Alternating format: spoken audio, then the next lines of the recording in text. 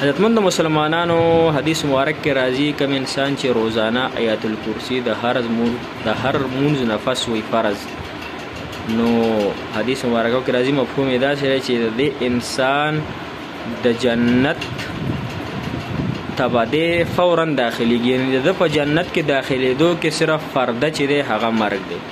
چې څوک هر مونځ نفس آیات الکرسی وی نو د په جنت ته د تلو کې فرده څه شی دی؟ صرف مرګ دی.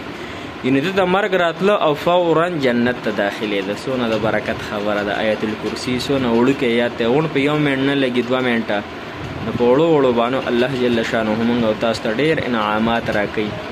لیکن موږ د دنیا په لالچ کې نن هغه ارسه کوو، لیکن کم چې زموږ آخرت زندگی د ابد الآباد زندگی د هغې دپاره موږ هېڅ نه کوو.